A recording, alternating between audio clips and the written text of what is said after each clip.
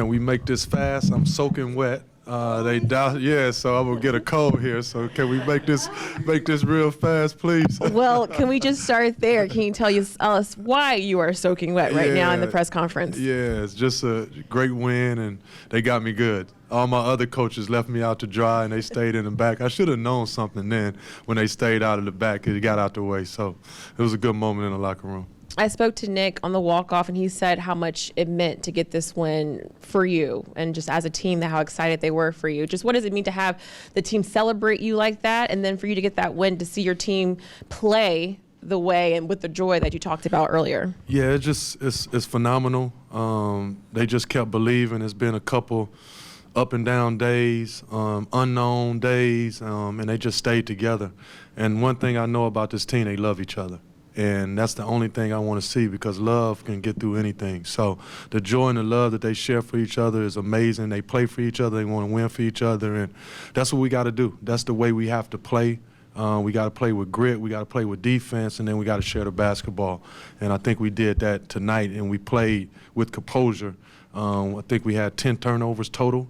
Against a team like that, that's really, really good. And we want to just build off that momentum. We can't celebrate too long. We got to get ready for Orlando, and we're just going to get back on a flight and get ready for them tomorrow.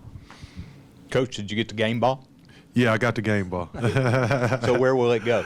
It'll go in my office first. Definitely going to touch it and put it up for my mom in heaven and my sister in heaven. I know they was watching over me in this first win, so definitely going to raise it up and toast it to them. Guys have I'm sorry. You've talked about trying to basically do simple better. Yeah. And guys have talked about getting used to the way you wanted to play offensively. But the way the ball was popping around, I think, 30 some odd assists on 44 baskets.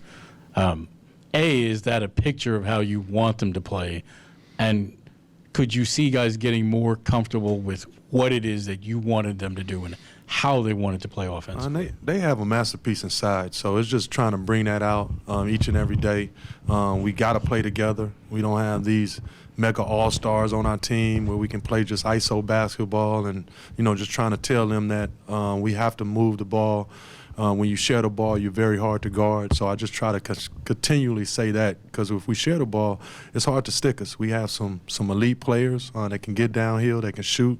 And we just took care of the ball today, and we got back in transition. And I think those was the keys to the game, to come out and get this win against Memphis.